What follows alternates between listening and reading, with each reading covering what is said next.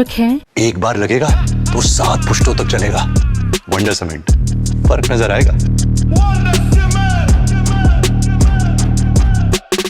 जड़ को ना मैंने जड़ समझा, नहीं अक्षय निधि को पहचाना। अपने तो केवल सपने थे, भ्रम और जगत का भटकान। चरणों में अर्पित अक्षत है, अक्षय पद मुझको मिल जावे। तब ज्ञान अरुण की किरणों से यह हृदय कमल भी खिल जावे। ओम धूम स्तुत सतज श्री विद्यासागर जी महामुनीन्द्रभ्यो आचार्य श्री समय सागर जी महामुनीन्द्रभ्यो सर्वेषां अक्षय पद प्राप्त्यै अक्षतान् निर्वपामिति स्वाहा। आइएगा श्रीमती सुनंदा जी, श्रीमान निर्मल कुमार जी, आनंद जी मोदी एवं तनिष्का जी जैन प्रतिभा स्थली में अध्ययनरत आए और आकर के समर्पित कीजिएगा। इन विषय भोग की मदिरा पी मैं बना सदा से मतवाला। तृष्णा को तृप्त करे जितनी उतनी बढ़ती इच्छा ज्वाला। मैं काम भाव विध्वंस हेत मन सुमन चढ़ाने आया हूँ। यह मदन विजेता बन न सके, यह भाव हृदय में लाया हूँ। ओम धूम स्तुत सतज श्री विद्यासागर जी महामुनीन्द्रभ्यो आचार्य श्री समय सागर जी महामुनीन्द्रभ्यो काम बाण विध्वंसनाय अखंड ब्रह्मचर्य पद प्राप्ते पुष्पम निर्वपामिति स्वाहा। उत्साह सागर जी महाराज जी के गृहस्थ जीवन के परिवार से श्रीमान दीपक जी, श्रीमती नेहा जी, आराध्या जी, अर्शिता जी पंजाब फिरोजपुर से उपस्थित हैं, आए समर्पित कीजिएगा। इस क्षुधा रोग की व्यथा कथा भव भव में कहता आया हूँ। अति भक्ष अभक्ष भखे फिर भी मन तृप्त नहीं कर पाया हूँ। मैं वेद समर्पित करके मैं तृष्णा की भूख मिटाऊंगा। अब और अधिक ना भटक सकूं, यह अंतर बोध जगाऊंगा। ओम धूम स्तुत सतज श्री विद्यासागर जी महामुनीन्द्रभ्यो आचार्य श्री समय सागर जी महामुनीन्द्रभ्यो सर्वेषां क्षुधा रोग विनाशनाय नैवेद्यम निर्वपामिति स्वाहा। सकल दिगंबर जैन समाज पठारी से डिम्पल जी जैन आए। मोहांधकार से व्याकुल हो निज को नहीं मैंने पहचाना। मैं राग द्वेष में लिप्त रहा, इस हाथ रहा बस पछताना। यह दीप समर्पित है गुरुवर मेरा, तम दूर भगा देना। अब ज्ञान दीप की बाती से मम अंतर दीप जला देना। ओम रूम स्तुत सतज श्री विद्यासागर जी महामुनीन्द्रभ्यो आचार्य श्री समय सागर जी महामुनीन्द्रभ्यो के महामोहांधकार विनाशनाय केवल ज्ञान प्राप्ते दीपम निर्वपामिति स्वाहा। श्रीमान मनीष कुमार जी, क्रांति कुमार जी जैन नथु मामा जी सा परिवार, श्रीमान जय कुमार जी वडकुल परिवार, श्रीमान राजेश एमपीएसटी समस्त परिवार आए। इन्हें अशुभ कर्म ने घेरा है, मैंने अब तक यह माना था। बस पाप कर्म तज पुण्य कर्म को चाहे रहा अपनाना था। शुभ अशुभ कर्म सब रिपुदल है, मैं इन्हें जलाने आया हूँ। इसलिए गुरु जी के चरणों में अब धूप चढ़ाने आया हूँ। ओम धूम स्तुत सतज श्री विद्यासागर जी महामुनीन्द्रभ्यो आचार्य श्री समय सागर जी महामुनीन्द्रभ्यो अष्ट दुष्ट कर्म दहनाय धूपम निर्वपामिति स्वाहा। श्रीमान अनिल जी जैन, सिद्धि जैन पुजारी समस्त परिवार, पुजारी श्री प्रफुल्ल जी, प्रभात जी समस्त जैनी जी परिवार एवं श्रीमान संजय जी, संदीप जी जैन सिद्ध एंटरप्राइजेस। भोगों को इतना भोगा कि खुद को ही भोग बना डाला। साध्य और साधक का अंतर मैंने आज मिटा डाला। मैं चिदानंद में लीन रहूं, पूजा का यह फल पाना है। पाना था जिसके द्वारा वह मिल बैठा, मुझे ठिकाना है। ओम धूम स्तुत श्रुत सत्ताजी श्री विद्यासागरजी महामुनीन्द्रभ्यो आचार्य श्री समय सागरजी महामुनीन्द्रभ्यो महामोक्ष फल प्राप्त्यै फलम निर्वपामिति स्वाहा। श्रीमान अरविंद कुमार जी, अनिल जी, आशीष जी जैन मंदिर वाले परिवार, श्रीमान अभिषेक महेंद्र जी जैन रूपाली परिवार, श्री कोमल चंद जी जैन वरकोटी वाले एवं श्रीमान अनिल जी जैन पीयूष जी जैन बीएसआर परिवार। जग की वैभव को पाकर मैं निस दिन कैसा अलमस्त रहा, चारों गतियों की ठोकर को खाने में ही अभ्यस्त रहा। मैं हूँ स्वतंत्र ज्ञाता दृष्टा, मेरा पर से क्या नाता है, कैसे अनर्ग पद पा जाऊं यह भक्ति भावना भाता है। दक्षिण में जन्मे उत्तर में है छाए, बन गुरु की भी गुरु इतिहास नया लाए। ओम रूम स्तुत सत्ताजी श्री विद्यासागरजी महामुनीन्द्रभ्यो आचार्य श्री समय सागरजी महामुनीन्द्रभ्यो सर्वेषाम अनर्घ पद प्राप्त्यै अर्घम निर्वपामिति। जयमाला का श्रीफल भेंट करने के लिए सिद्ध एंटरप्राइजेस समस्त परिवार, श्रीमान संजय जी जैन लल्ली भाभी समस्त परिवार, श्रीमान आशीष अशोक जी केसर छाया परिवार, श्री महेंद्र विशाल जी दीपक जी देवड़िया परिवार एवं श्रीमान अनिल कुमार जैन तिवरी वाले समस्त परिवार। भावों की निर्मल सरिता में अवगाहन करने आया हूँ, सबका सारा दुख दर्द हरो यह अर्घ भेंटने आया हूँ। हे तपो मूर्ति है आराधक, है योगीश्वर है महासन, है भक्ति कामना देख सके युग युग तक आगामी बसन। जिनकी चर्या में चर्चा में श्री मूलाचार्य समाया है, श्री शांति वीर शिव ज्ञान तथा विद्यासागर से पाया।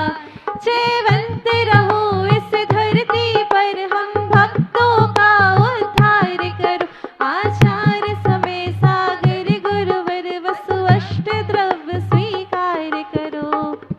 ओम रूम स्तुत सत्ताजी श्री विद्यासागरजी महामुनीन्द्रभ्यो आचार्य श्री समय सागरजी महामुनीन्द्रभ्यो अनर्घ पद प्राप्त्यै जयमाला पूर्णार्घम निर्वपामिति स्वाहा। जय बोलिए विद्याकुल सुरमणि आचार्य भगवान श्री समय सागर जी महामुनि राज की जयकारा गुरुदेव का।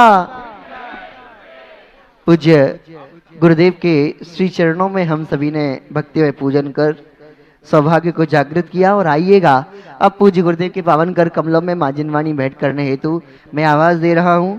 श्री अक्षय क्षेत्र आदिश्वर धाम बाजार गांव पंचकर्णक के जो प्रमुख पुण्याजक सूत्रधार के रूप में रहे श्रीमान राजकुमार जी जैन, भरत जी जैन, बाहुबली झांसी वाले, तिरुपति यूनियन ट्रांसपोर्ट आदरणीय श्रीमान राजकुमार जी जैन सापरिवार आए और आकर के पूज्य गुरुदेव के पावन कर कमलों में मां जिनवाणी भेंट करने का सौभाग्य प्राप्त करें। साथ ही मैं आवाज दे रहा हूँ श्रीमान संदीप जी, अभिषेक जी, मगन जी, अमित जी जैन, राजीव जी जैन, सकल दिगंबर जैन समाज वर्गी, सकल दिगंबर जैन समाज वर्गी जितने भी लोग उपस्थित हैं मैं निवेदन कर रहा हूँ आए और आकर के पूज्य गुरुदेव के पावन कर कमलों में शास्त्र भेंट करने का सौभाग्य प्राप्त करें।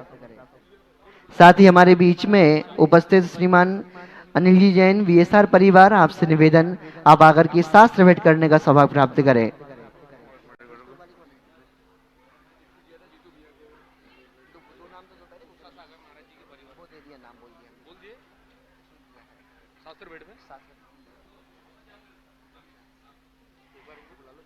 हमारे बीच में उपस्थित है श्रीमान नवीन जी, जिनेंद्र कुमारी जैन बिलहरा वाले परिवार, आपसे भी निवेदन आप आकर के शास्त्र भेंट करने का सौभाग्य प्राप्त करें। साथ ही हमारे बीच में उपस्थित हैं श्रीमान प्रफुल्ल कुमारी जैन, जैनी जी परिवार, वे भी आकर के शास्त्र भेंट करने का सौभाग्य प्राप्त करें।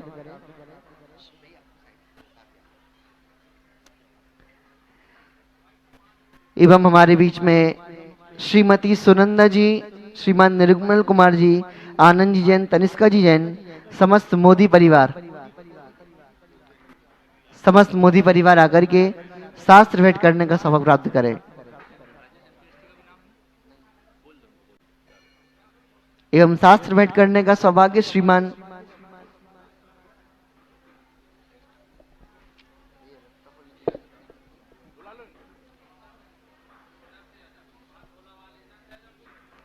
समस्त आज के पुण्यार्जक कर्ता अपने पुण्य को जागृत कर रहे हैं।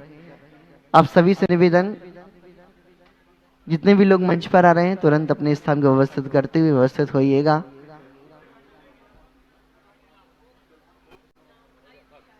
चले आइएगा। अब हम सभी पूज्य गुरुदेव के श्री चरणों में पहुंचेंगे। भगवान आपके श्री चरणों में हम सभी निवेदन करते हैं। नमोस्तु भगवान, नमोस्तु भगवान, नमोस्तु। आपकी मंगलमय देशना से हम सभी भी मोक्षाभिलाषी हो गए। नमोस्तु भगवान, नमोस्तु। जय बोलिए आचार्य भगवान श्री समय सागर जी महाराज जी की, समस्त आचार्य संघ की। हमेशा स्मृति जो होती है वो अतीत की होती है और अनागत की आकांक्षाएं बनी रहती हैं। इसमें विचार करने योग्य विषय ये है,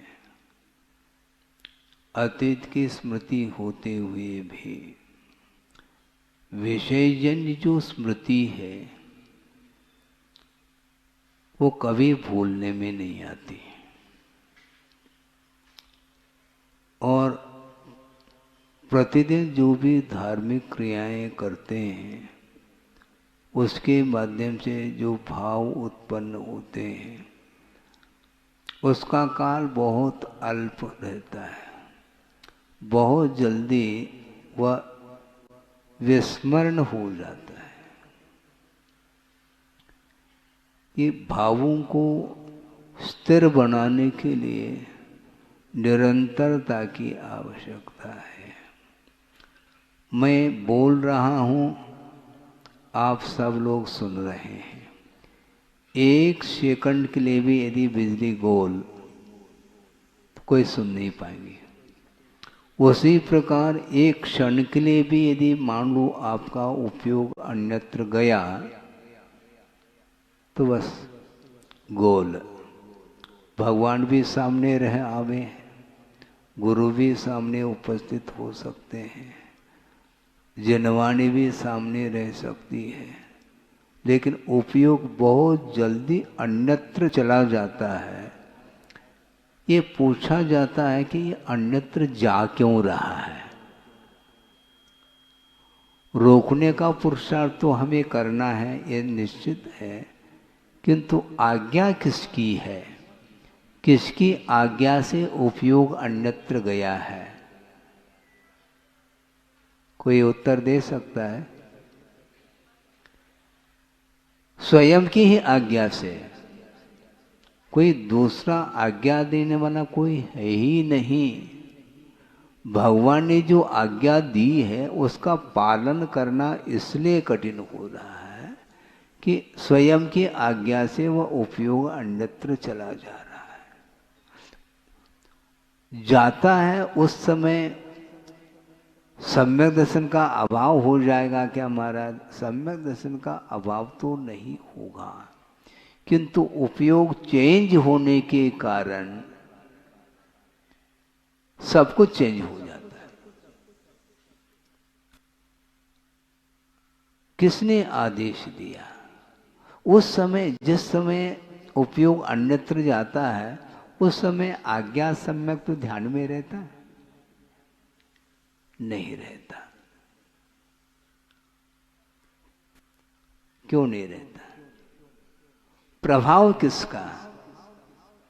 इसलिए कल परसों भी हमने बात कही थी कि ऐसी कोई अद्भुत शक्ति है कर्म की जिसने केवल ज्ञान को रोक दिया है।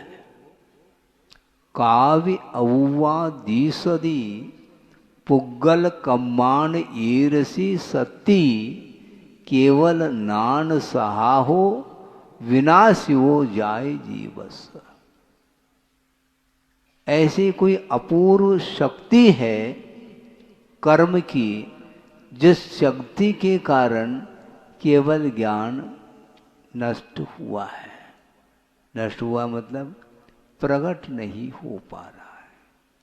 तो उसको प्रकट करना है क्या नहीं करना है पहले तय कर लो। हमारा तय तो कई बार करते हैं, पुनः वापस वह संकल्प ले तो लेता है, लेकिन भावों की अपेक्षा से वह पुनः नीचे आ जाता है। ये आप प्रयोग कर सकते हैं। कोई भी संकल्प मान लो हम लेते हैं, तो वो संकल्प के साथ उपयोग कब तक ठहरता है उसमें। संकल्प तो जीवन भर के लिए ले लिया, लेकिन जीवन भर के लिए उसी में उपयोग बनाए रखें बहुत कठिन है। किंतु आचार्य कहते हैं कम से कम अंतर मुहूर्त भी वहां उपयोग टिका रहे, तुम्हारा काम हो जाएगा। क्योंकि किसी को भी अभी तक केवल ज्ञान यदि अतीत में हुआ भी है, तो हजारों साल के लिए वह साधना कर सकते हैं। एक किसी मनुष्य की आयु पूर्व कोटि प्रमाण आयु है, और उसने 8 साल अंतर्मुक्त के उपरांत रत्नत्रय को अंगीकार किया है, और वह निरंतर पूर्व कोटि तक वह साधना करता चला जा रहा है, और भावलिंग भी बना हुआ है। इसके बाद भी अंतर्मूर्त चाहिए, जिसके द्वारा मोहनी कर्म का क्षय होना है।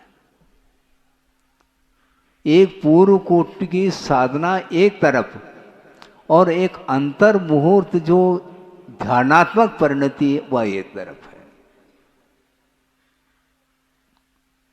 अनुकूलता में जो कुछ भी हम कर रहे हैं वो ऑटोमेटिक हो रहा है। वो कर क्या रहे हैं अपन, कोई पहाड़ थोड़ी उठा रहे हैं, ऐसा कोई भयानक कोई उपसर्ग थोड़ी हो रहा है। और घोर उपसर्ग के समय पर भी एक अंतर्मूर्त के लिए उस उपयोग को निष्पन्द बनाए रखा, जिसने उसको केवल ज्ञान होगा। तो आज तो ओम शांति है, आज संभव नहीं है, लेकिन श्रद्धान बनाए रखो। कभी न कभी वह उस घड़ी में हम करेंगे, पुरुषार्थ करेंगे। करने के लिए, पुरुषार्थ करने के लिए बहुत लंबा चौड़ा काल है, लेकिन उस क्वालिटी का भाव आना चाहिए कि शरीर भिन्न है, आत्मा भिन्न है। महाराज तो महाराज को बता रहे हैं क्या? शरीर भिन्न है, आत्मा भिन्न है, तो खेद खिन्न क्यों हो रहे हैं हम? कदम कदम पर जो मन में खिन्नता आती है वह क्यों आती है?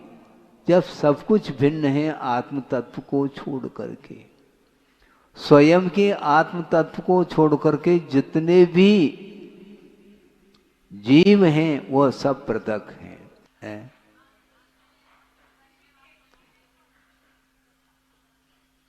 हाँ, खेद खिन्नता है।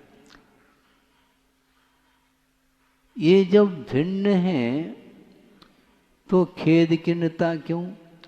स्वभाव का या स्वरूप का परिज्ञान होने के बाद भी उसका संबंध पर से लगा हुआ है, इसलिए वो भीतर जब तक नहीं आएगा तब तक वह कार्य संपादित नहीं होगा। अपने आप के उपयोग को, जो बाहर उपयोग बार बार जा रहा है, उसको समेट करके अपने भीतर ले आना है उसको। ये कौन करेंगे? कोई दूसरा नहीं, सेल्फ, स्वयं को ही करना है। करके देगा नहीं कोई। आगम में केवल वस्तु का स्वरूप वर्णित है और अनुकरण हमें करना है। हम वर्णन तो कर रहे हैं किंतु अनुकरण नहीं कर पा रहे हैं अभी तक।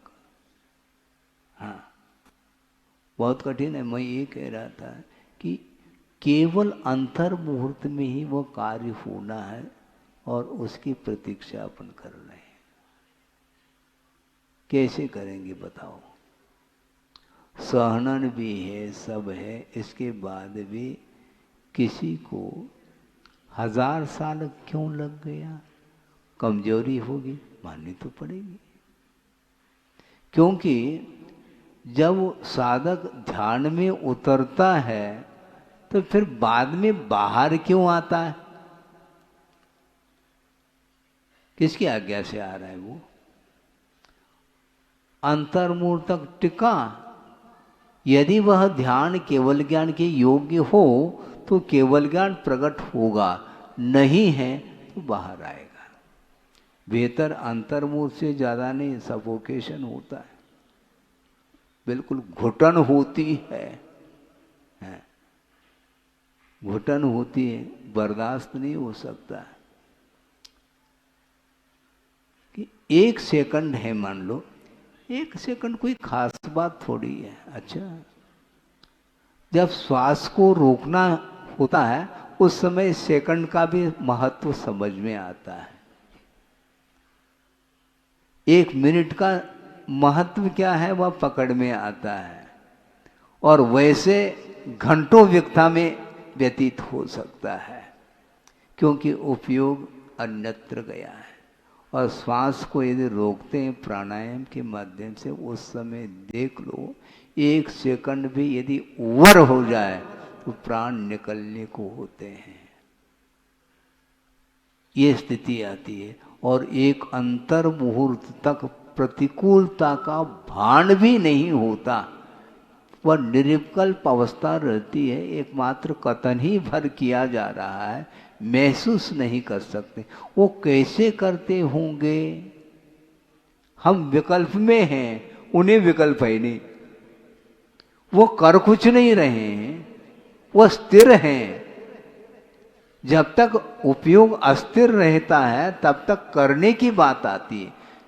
उपयोग स्थिर बनाओ, स्थिर रखो, इसमें आयाम है, और स्थिर होने के उपरांत कुछ होना नहीं उसमें। आचार्य महाराज ने कहा था, मान लो स्कूटर स्टार्ट करते हैं, उस समय किक मारते हैं, और मान लो गाड़ी स्टार्ट नहीं होती है तब तक किक मारते ही रहते हैं। उसके बाद फिर कुछ करना नहीं, करने योग्य कार्य पूरा कर लिया और बस केवल बैलेंस पर उपयोग स्थिर रहे, गाड़ी चली जाएगी। वो अंतर मुहूर्त तक ये बहुत कठिन है, बहुत कठिन है, क्या अत्यंत कठिन है, क्योंकि चतुर्थ काल में भी यह दुर्लभ है। चतुर्थ काल मिल जाए महाराज तो हम बाएं हाथ का खेल है, करके तो दिखाओ। कितने बार चतुर्थ काल व्यतीत हुए, अनंत बार हुए हैं, अभी भी हम चतुर्थ काल की प्रतीक्षा कर रहे हैं। सामने से ही चतुर्थ काल पूरा निकल गया है। 42,000 कम 1 कोड़ा कोड़ी सागर प्रमाण चतुर्थ काल। ऐसे चतुर्थ काल अपने सामने सामने ही अनंत व्यतीत हुए, और अभी भी कहता चतुर्थ काल मिल जाए तो हम कर लेते महाराज। अभी तक क्यों हुआ नहीं? काल में कार्य होता, काल के द्वारा नहीं होता। इसलिए अपने भावों को संभालने की आवश्यकता है, ज़्यादा समय न हो। इसलिए आगम के माध्यम से जो ज्ञान प्राप्त हो रहा है अपनी क्षमता के अनुरूप, उस ज्ञान का हमें सदुपयोग करना है। ज्ञान का प्रयोग दूसरे के लिए करो, कोई दिक्कत नहीं, किंतु अपने लिए भी होना चाहिए उसका उपयोग।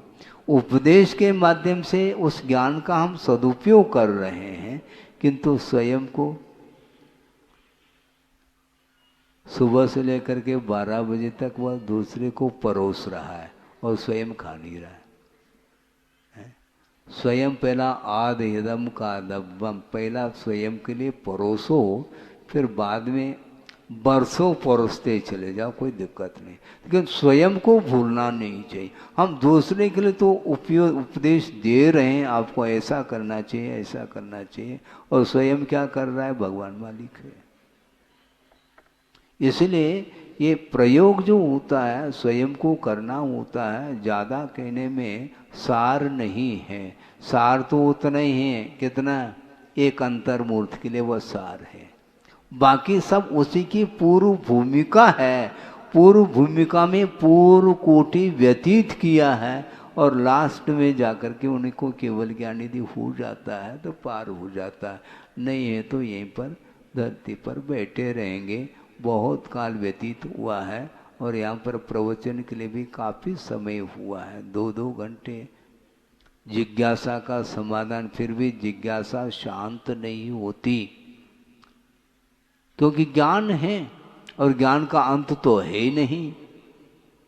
फिर मध्याह्न में वही भिन्न भिन्न भले ही विषय हो, घूम फिर करके थोड़ी बहुत रिपीट भी हो जाए तब भी इसलिए देते हैं ताकि कभी न कभी उसमें उपयोग लग जाए ज्ञान में, तो निश्चित रूप से कल्याण हो सकता है।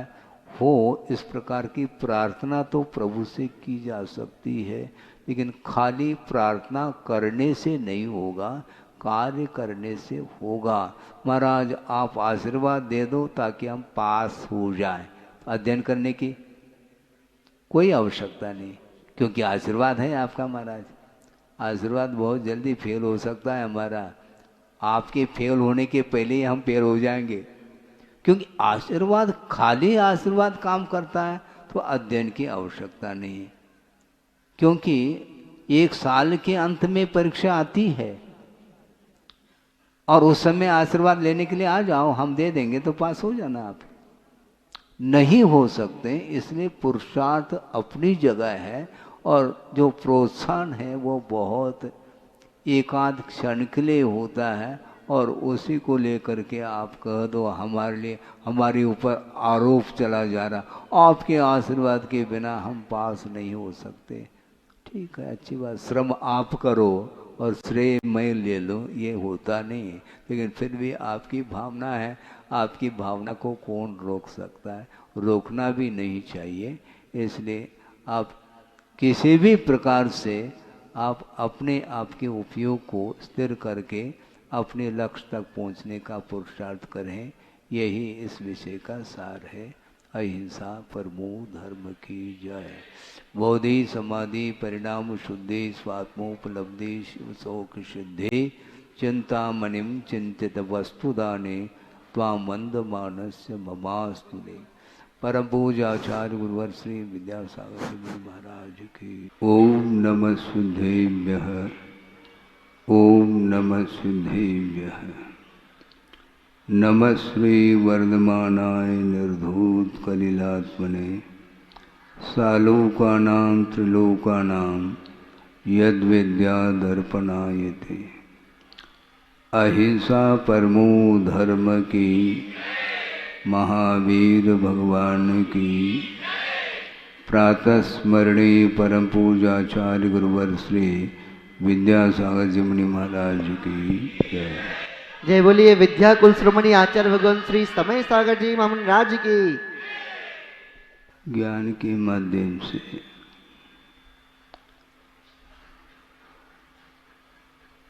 जो भी विचार उत्पन्न होते हैं उसमें कुछ ऐसे विचार होते हैं जिसके पीछे राग और द्वेष छुपा हुआ रहता है, और कुछ ऐसे भी विचार उत्पन्न होते हैं जिन विचारों के पीछे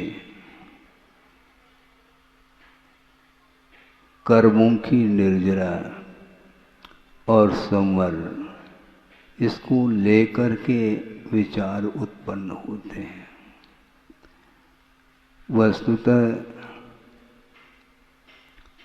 संसार के लिए कारण और मोक्ष के लिए कारण कौन कौन से परिणाम होते हैं, यह सारा सारा विषय आगम के आधार से ही स्पष्ट हो जाता है। सामान्य की ओर दृष्टि जाती है तो वहाँ पर कोई भी न बड़ा है न छोटा है, न कोई गरीब है न कोई अमीर है, न कोई पुरुष है न कोई स्त्री है, ये सारे सारे पर्याय की दृष्टि से भिन्न भिन्न अवस्थाओं की ओर दृष्टि रखने से ही ये सब विकल्प मन में आते हैं और इन विकल्पों को लेकर के बहुत कुछ पाप का अर्जन होता है और इन अवस्था विशेषों को गौण करते हैं। केवल सामान्य की ओर दृष्टि का अर्थ जानना, देखना, संवेदन करना, इससे जो युक्त होता है वह जीव माना जाता है। प्राणी मात्र के प्रति सद्भावना का भाव प्रयास करने के उपरांत थोड़ा सा आ सकता है, आता है, जबकि अनायास ये परिणाम आना चाहिए। और दूसरी बात ये है, गुरुदेव का भी बार बार यही कहना रहता है, जन जन व्यक्तियों से आपका कोई भी संबंध दूर दूर तक भी नहीं है। उनको लेकर के कभी भी न हर्ष का अनुभव हो रहा है, न विषाद का अनुभव हो रहा है, न किसी बात को लेकर के कोई संक्लेशता का अनुभव होता है। ये ऐसा क्यों होता है? और जन जन व्यक्तियों से हमारा संबंध जुड़ा हुआ है अथवा हम संबंध जोड़ देते हैं, तो इसके परिणाम स्वरूप ये सब विचार आएंगे। तो कोई दूसरा उलझाने वाला नहीं है, हम स्वयं उलझ रहे हैं, ऐसा गुरुदेव का कहना। बात तो बिल्कुल ठीक है, कौन उलझा सकता है मुझे? हम उलझना नहीं चाहेंगे तो कोई जबरदस्ती हो सकती है क्या? नहीं, क्योंकि सामान्य की ओर दृष्टि जब जाएगी तो उलझन समाप्त है। वहां पर कोई बड़ा छोटा कुछ है ही नहीं। व्यवहार का लोप कर रहा हूं ऐसा नहीं, किंतु समीचीन व्यवहार करते रहें, किंतु किसी भी प्रकार से हर्ष और विषाद के लिए रागादिक जो कालुष्य भाव है वो उत्पन्न न हो, यह एकमात्र सावधानी हमें रखनी चाहिए। नहीं है तो बहुत कठिन हो जाएगा। और मोक्ष मार्ग इतना सरल है, उससे बढ़कर के और कहीं भी सरलता देखने को नहीं मिलेगी। हाँ, क्योंकि मोक्ष मार्ग में सरल होने का नाम ही मोक्ष मार्ग है। तो महाराज, संसार में बहुत सारे ऐसे लोग हैं जो बिल्कुल सरल दिखाई देते हैं, तो उनको हम क्या कहें? उनको कुटिल कहें क्या? हमें कहना कुछ नहीं है, किंतु दिखाई पड़ रहे हैं सरल। उसका उद्देश्य क्या है, ये उनका विषय है। हाँ, बगुला आपने देखा है? सफेद होता है, लेकिन भीतर कैसा होता है भगवान मालिक है। और कौवा जो है ना, काला दिखाई पड़ रहा है। बड़ी विचित्र दशा है। ये जो शारीरिक जो वर्ण है, इसके माध्यम से भीतर का क्या वर्ण है, भीतर सुवर्ण है क्या काला है क्या है, वह विषय पकड़ना बहुत कठिन है। एक श्लोक आता है, स्मरण में आ रहा है कि यही उदाहरण दिया है, बकवृत्तिम समालंब्य वंचकैर वंचितम जगत कौटिल्य कुशलई पाप प्रसन्नई कश्मलाशयई, ऐसा कहा। कि संसारी प्राणी की वृत्ति तो देखो, बक वृत्त्यम समालंब्य, जो बगुले की जो वृत्ति है वह एक टांग पर खड़ा है, बिल्कुल उसमें किसी भी प्रकार से वाइब्रेशन नहीं है, निस्पंद खड़ा है, लेकिन भीतर से निस्पंद नहीं है वो। पहले भी हमने बात कही थी, फिर से दोहरा दे तो ज़्यादा अच्छा है। मराठी की कहावत, दिसतय तस नसतय म्हणून जग फसतय। जो पूरा संसार जो है ना, वह उलझन में आ रहा है, वो फंस रहा है। क्यों? जो देखने में आ रहा है वो वैसा है ही नहीं, इसलिए वह आकर्षित होकर के उसके साथ संबंध जोड़ने का प्रयास करता है, और त्यों ही वह उसमें जाल में आ जाता है। जाल को समझना बहुत कठिन है, बहुत सूक्ष्मतम जाल है। ये कर्म का जो जाल है वह पकड़ में ही नहीं आता है। सत्वेन दुर्वधारा इसी को बोलते हैं। वह इतना सूक्ष्म है, जो कार्मिक संबंध माना जाता है बहुत सूक्ष्मतम है, वो दिखाई नहीं पड़ता, किंतु वह जाल में ले लेता है संसारी प्राणी को। उससे हमें बचना है। प्रति समय किसी न किसी निमित्त को लेकर के परिणाम उत्पन्न होते हैं, उसमें कालुष परिणाम से बचने का उपदेश दिया गया है आगम में।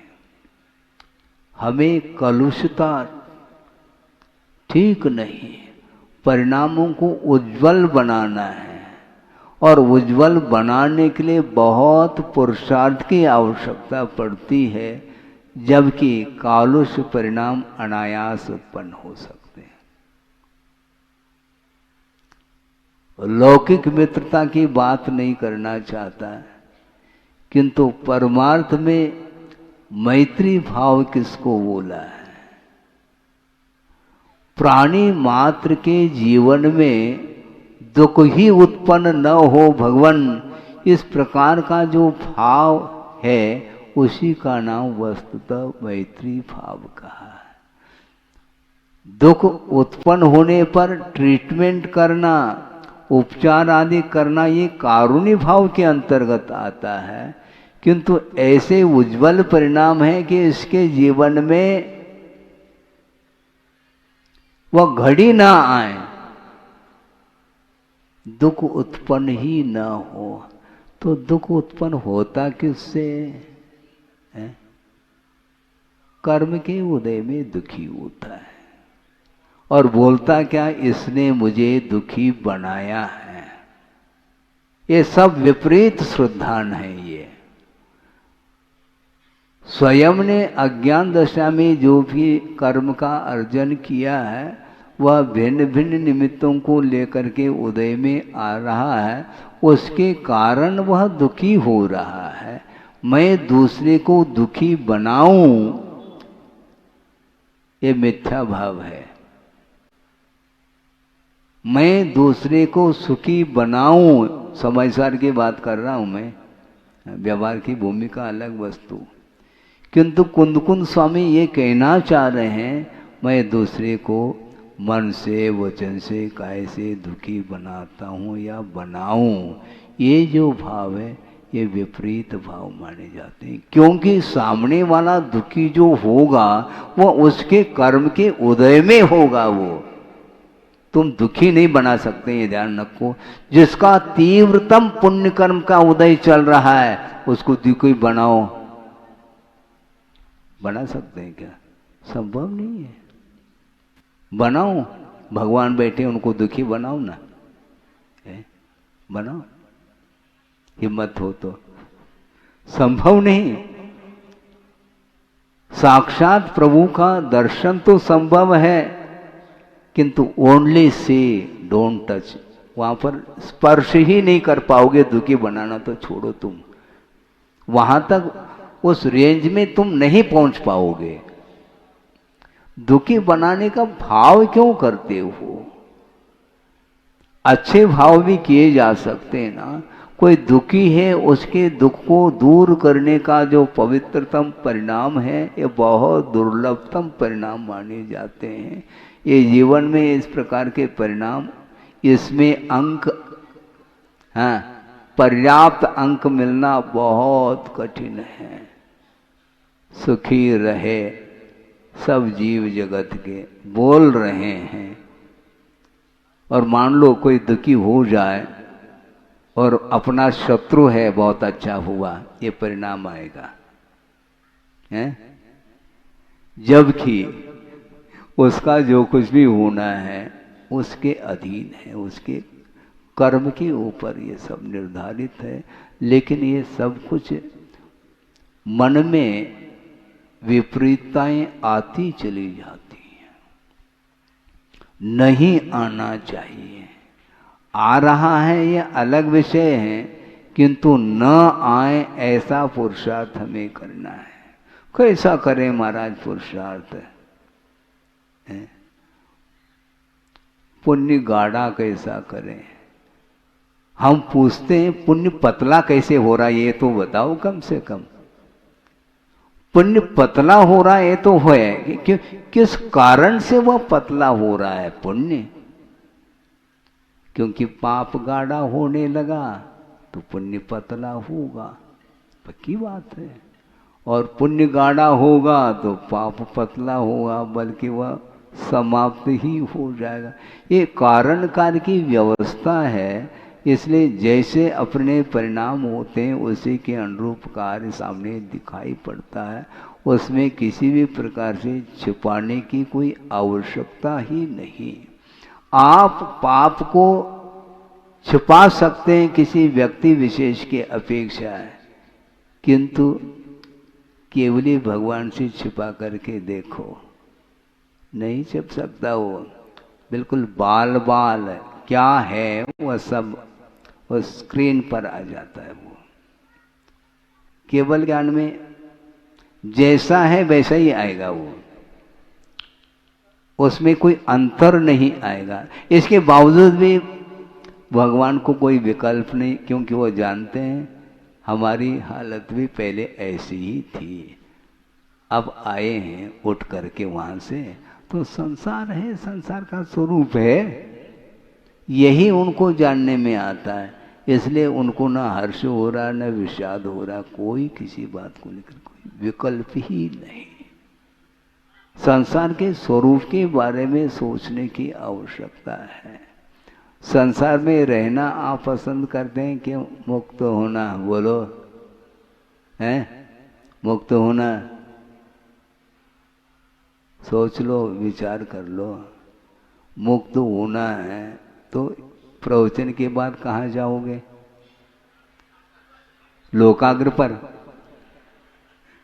कहाँ जाओगे? महाराज जहां से आए वहीं जाएंगे, और क्या।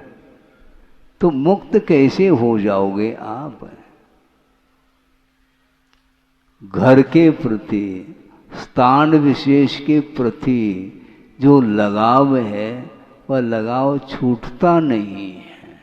हाँ, जननी जन्मभूमिश्च स्वर्गातपि लगी ऐसी नहीं, गरी ऐसी। स्वर्ग से भी वह श्रेष्ठ मानता है। किसको? जननी को भी। और जन्मभूमि वो भूलता नहीं वो। और प्रत्येक व्यक्ति नमोस्तु बाद में करता है, पहला परिचय देता, महाराज हम अमुक स्थान से आए हैं। स्थान को बताने के लिए किसने कहा था? नमोस्तु करते पर्याप्त है, आशीर्वाद मिल जाता है। महाराज वो तो सामान्य कहलाया, विशेष आशीर्वाद चाहिए ना, हम अमुक स्थान से आए हैं। निवेदन कर लो, कोई बाधा नहीं। ये स्थान विशेष से क्या प्रयोजन है? लेकिन होता है महाराज हमारी भूमिका है, रखो अपनी भूमिका।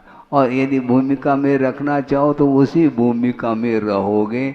उस भूमिका से यदि मान लो ऊपर उठना है, इन सभी बातों को भूलना आवश्यक है। नहीं भूलता है वो। ये किसके कारण होता है? 8 कर्मों में से ये कई है, बस वो राजा है, वो बाकी सब प्रजा है। और जितने भी कर्म है वो राजा नहीं है, केवल मोहनी के कारण ही ये सब कुछ हो रहा है। हमेशा ये मोह की तासीर है कि वस्तुतः वस्तु का क्या स्वरूप है उसको वह मोह दिखाता नहीं, ठीक उससे विपरीत ही उसको सामने रखता है। उसका नाम मोह, मोह अर्थात मोहित होता है। मोहित, मुह्यति इति मोह, जो मोहित कराए उसका नाम मोह है। हमें किसी से भी मोहित नहीं होना है। मोहित होना है तो आत्मा से मोहित हो जाओ। महाराज ये तो हमेशा आप मंच पर बैठते हैं तो आत्मा की चर्चा करते हैं, ठीक है, शरीर की करो, फिर किसकी चर्चा करना चाहो? एक औदारिक शरीर एक ऐसा शरीर है जिसके माध्यम से मुक्ति मिल सकती है। अन्य गतियों में जो शरीर है उसके माध्यम से मुक्ति नहीं मिलेगी। औदारिक, यह औदारिक तन है। और आगे बहुत कठिन है वो औदारिक तन मिलना, तो ठीक है, तो गुप्ती समिति आदि निष्दिन रत हैं, बहुत कठिन होता है। निरंतर जो है स्वरूप को सामने रख करके चिंतन करना एक खेल नहीं। बहुत जल्दी वह ऊब जाता है, बहुत जल्दी क्या, वो पता नहीं पड़ता कि कब झपकी आ जाती है। हाँ, राग की कुछ मनोरंजन की बात कर दें तो टाली, नहीं है तो क्या है? एक बात ऐसे ही हुआ था। एक महाराज को गुरुदेव ने प्रवचन के लिए कहा और गए, और अच्छे शुद्ध अध्यात्म परक उन्होंने प्रवचन किया। मैं भीतर बैठे बैठे सुन रहा था। एक व्यक्ति ने भी ताली नहीं बजाई है। और दूसरे दिन दूसरे महाराज को भेजा और उन्होंने कुछ ऐसा प्रसंग दे दिया जिसके कारण तालियां बज रही थी।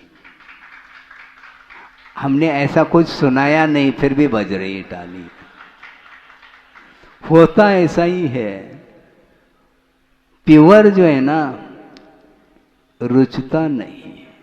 वीत रागता रुचना बहुत विरलों को है। महाराज उसमें कुछ है ही नहीं, आपको क्या समझ में आ रहा है हमें पता नहीं। एक व्यक्ति ने कहा था कि महाराज खाली हो जाएंगे ऐसे यदि आप सुनाते रहेंगे तो आप भरना किससे भरना चाहो?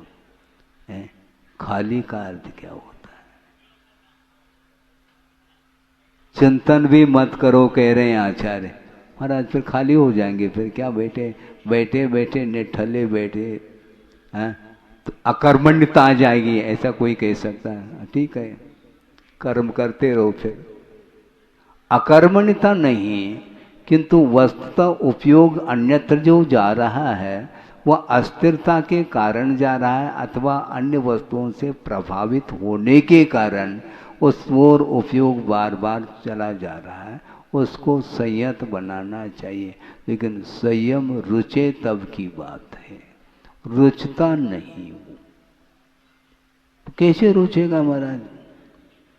तुम प्रतीक्षा करोगे तो रुचेगा नहीं, क्योंकि किसी न किसी उद्देश्य को लेकर के अपेक्षा लेकर के वह कर रहा है, इसलिए वह नहीं रुचता है। वह परिणाम चाहता है, चाहो कुछ भी नहीं परिणाम मिलेगा।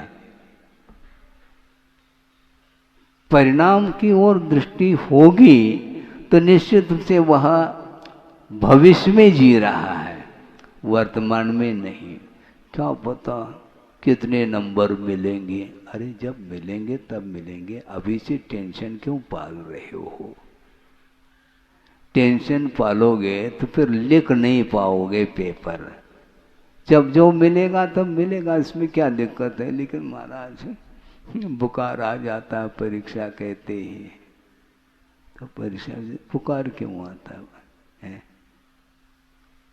वो कौन सा बुखार है? वो वायरल है? कौन सा बुखार है बताओ?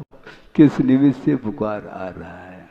वो डर भय बना रहता कि ऐसा न हो, ऐसा न हो कि मैं फेल न हो जाऊं। इस प्रकार भाव आते हैं, किंतु उनके लिए ये कहा जाता है कि इस प्रकार भयभीत होने से काम नहीं चलेगा।